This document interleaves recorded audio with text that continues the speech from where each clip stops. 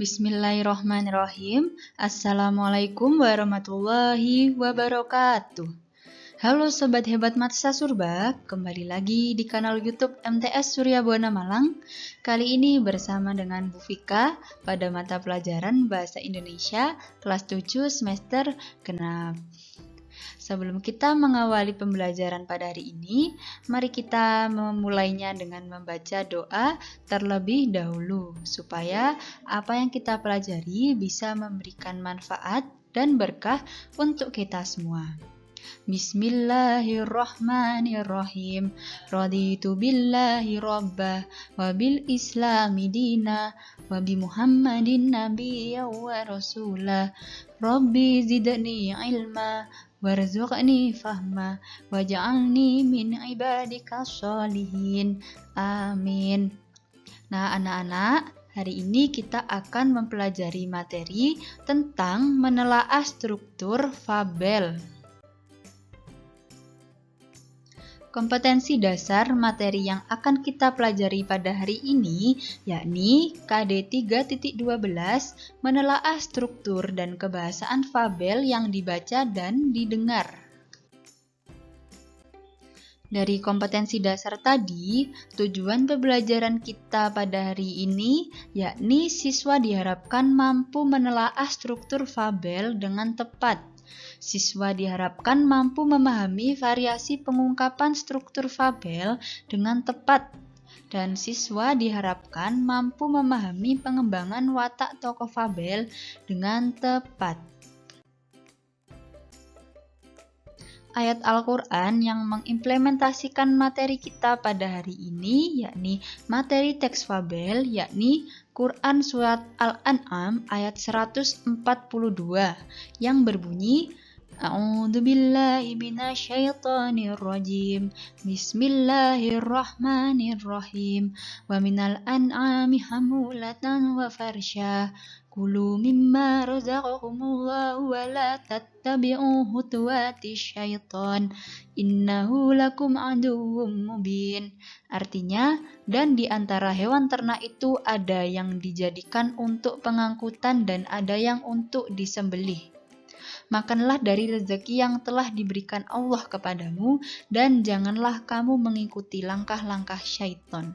Sesungguhnya syaitan itu musuh yang nyata bagimu.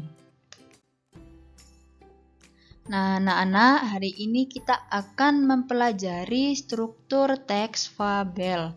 Nah, jadi ada 4 struktur. Yang pertama dimulai dengan orientasi. Kemudian selanjutnya masuk pada permasalahan atau komplikasi. Nah, kemudian selanjutnya masuk pada pemecahan masalah yakni resolusi dan ditutup dengan koda atau pesan moral. Nah, jadi pesan moral ini bisa ada pada fabel, bisa juga tidak dituangkan pada fabel. Jadi koda ini bisa ada, bisa tidak. Nah, selanjutnya, apa saja ciri-ciri orientasi, komplikasi, resolusi, dan koda? Kita akan membahasnya pada slide berikutnya. Nah, berikut ini ciri isi struktur fabel. Yang pertama, struktur orientasi. Nah, di dalam orientasi ini terdapat pengenalan tokoh-tokoh binatang. Contohnya, tokoh serigala, semut, kelinci, kura-kura. Kemudian juga ada pengenalan latar. Nah, latar ini dibagi menjadi 3 jenis, yakni latar tempat, latar waktu, dan latar sosial. Latar tempat ini bisa bertempat di tengah hutan atau mungkin juga di pinggir kolam. Kemudian kalau latar waktu itu bisa pada pagi hari, siang hari, sore hari, maupun malam hari. Kemudian yang ketiga, pada bagian orientasi juga terdapat pengenalan watak tokoh. Nah, di sini digambarkan apakah tokoh ini berwatak protagonis atau baik, atau berwatak antagonis, atau kurang baik atau buruk. Nah, di sini juga pada bagian orientasi terdapat pengenalan konflik. Selanjutnya pada struktur komplikasi. Nah, pada struktur komplikasi ini mulai muncul masalah. Jadi pada bagian komplikasi ini munculnya permasalahan hingga mencapai puncaknya atau klimaks. Kemudian pada bagian struktur resolusi itu berisi tentang pemecahan masalah atau kondisi akhir peristiwa. Di dalamnya biasanya tertuang akibat yang diperoleh dari perilaku si tokoh. Kemudian juga ada ganjaran yang diterima tokoh. Kemudian pada bagian resolusi juga biasanya terjadi perubahan watak tokoh ketika dia berwatak antagonis atau tidak baik itu berubah menjadi baik. Nah, di sini karena ada rentetan peristiwa itu akhirnya biasanya tokoh antagonis itu tersadar dan dia berubah menjadi baik. Nah, selanjutnya pada bagian penutup itu terdapat koda atau nilai moral yang tertuang pada akhir cerita. Nah, koda ini bisa ada pada fabel, bisa juga tidak. Nah, Nana, berikut ini contoh penggalan fabel pada bagian struktur orientasi. Pada suatu hari, seekor serigala berjalan-jalan di tengah hutan. Serigala itu merasa kelaparan. Ia sedang mengincar ayam jantan. Ketika ia menemukan ayam jantan, ia mendekati ayam tersebut pelan-pelan dan akan segera menerkamnya. Hampir saja ayam jantan meloloskan diri, tapi salah satu kakinya dipegang oleh serigala. Nah, pada bagian orientasi ini dikenalkan tokohnya, yakni tokoh serigala dan tokoh ayam jantan. Pada bagian orientasi ini juga diperkenalkan latarnya. Di sini ada latar tempat, yakni di tengah hutan.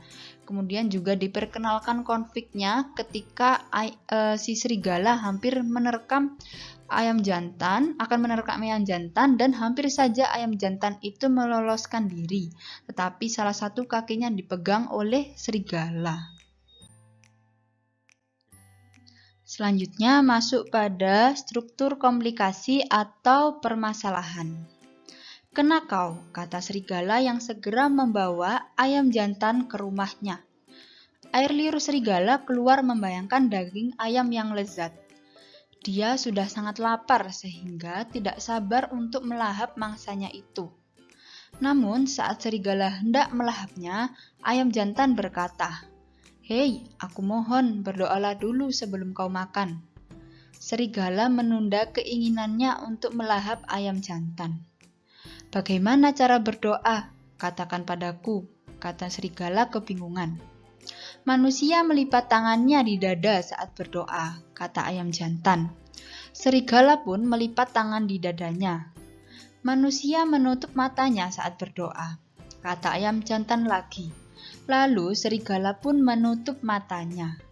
Nah, pada bacaan ini komplikasi atau permasalahan yang muncul yakni ketika ayam jantan berusaha untuk mengelabui serigala supaya ia tidak jadi dimangsa oleh serigala dengan menyuruh serigala untuk berdoa dengan melipat tangannya di dada dan menutup matanya saat berdoa.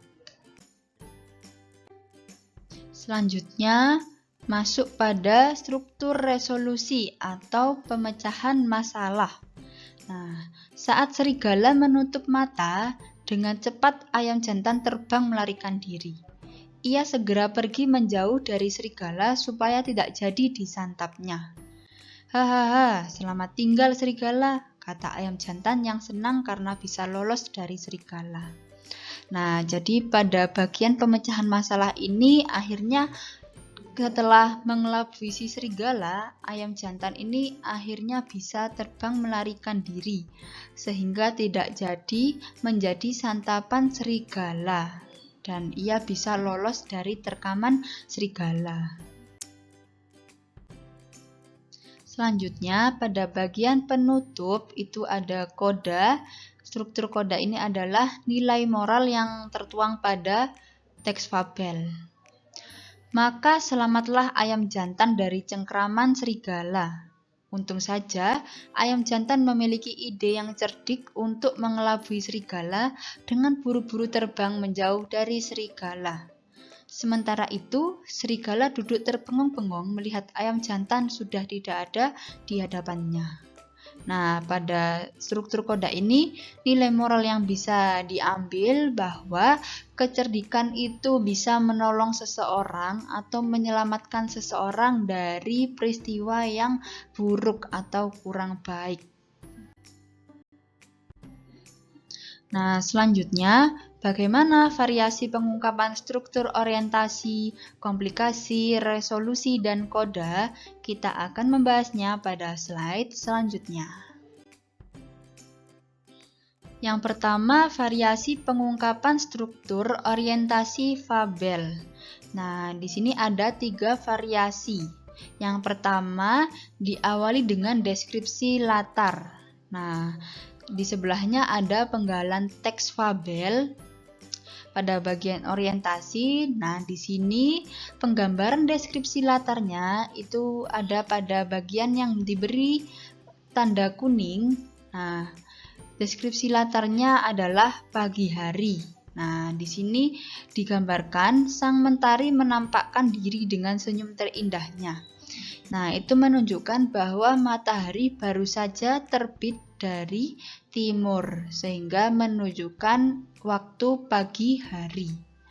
Nah, kemudian variasi selanjutnya ialah diawali dengan latar dan kegiatan tokoh. Nah, pada penggalan fabel ini yang menandai latar kejadian adalah di keheningan malam, yakni latar waktu.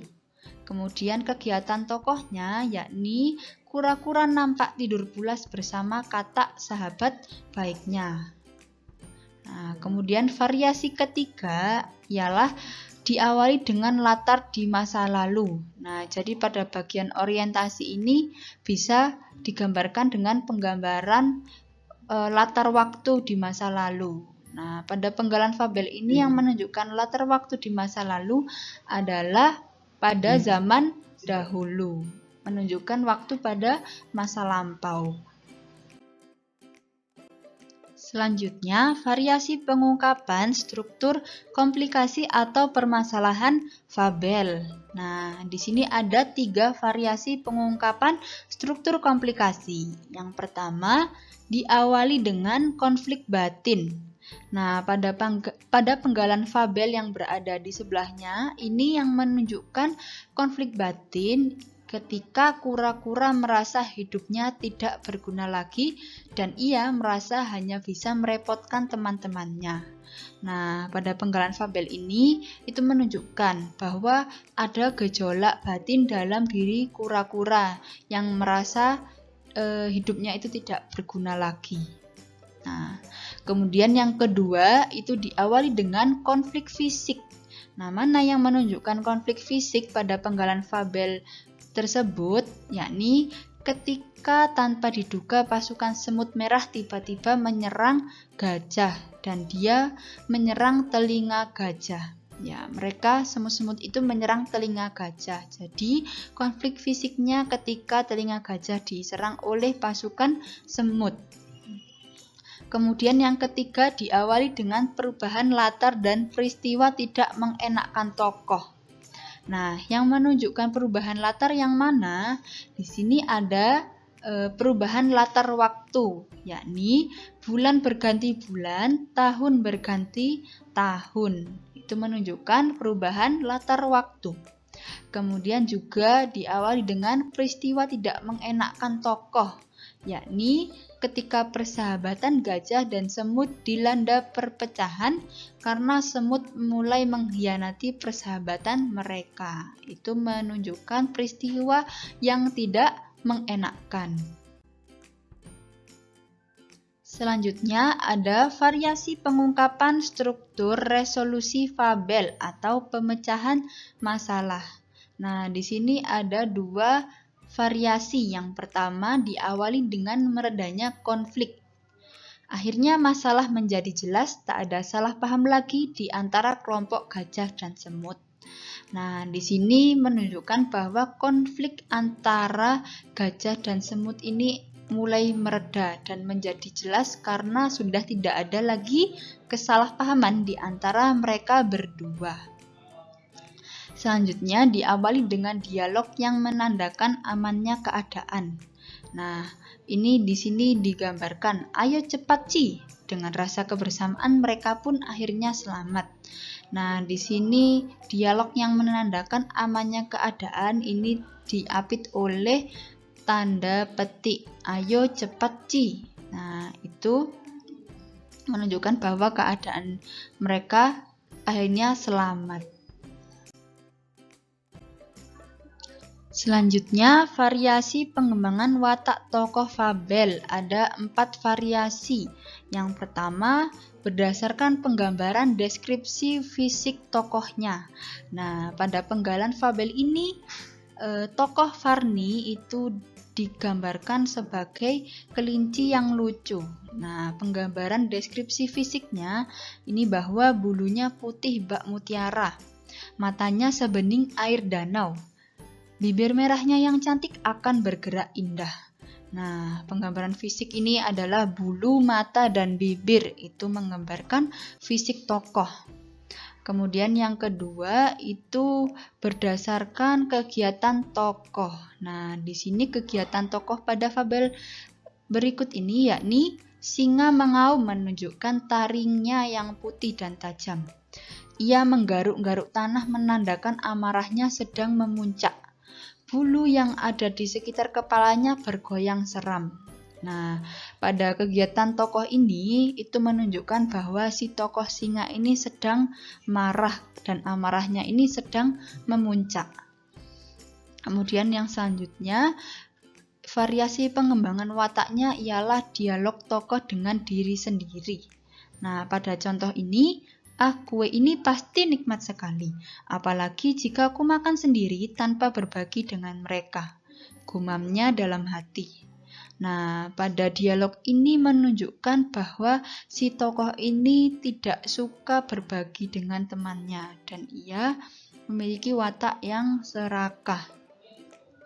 Kemudian yang keempat, variasi pengembangan watak berdasarkan dialog dengan tokoh lain. Nah, di sini dialognya, kamu tidak bisa terbang karena kakimu kecil. Kalau kakiku sempurna, bisa melompat kemana-mana. Kata-kata pada burung.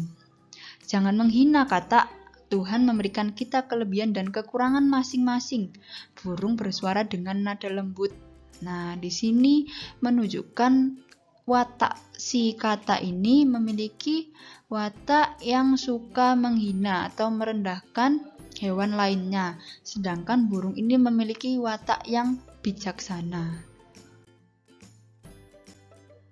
Baik anak-anak, hari ini kita sudah belajar mengenai struktur fabel yang terdiri dari struktur orientasi, komplikasi, resolusi, dan koda. Semoga apa yang kita pelajari hari ini bisa memberikan manfaat dan berkah untuk kita semua. Mari kita tutup pertemuan pada hari ini dengan membaca hamdalah dan doa kafaratul majelis bersama-sama. Alhamdulillahirabbil alamin. Subhanakallahumma wa bihamdika asyhadu alla ilaha illa anta astaghfiruka wa atubu ilaik. Bu Fika tutup pertemuan pada hari ini. Wassalamualaikum warahmatullahi wabarakatuh.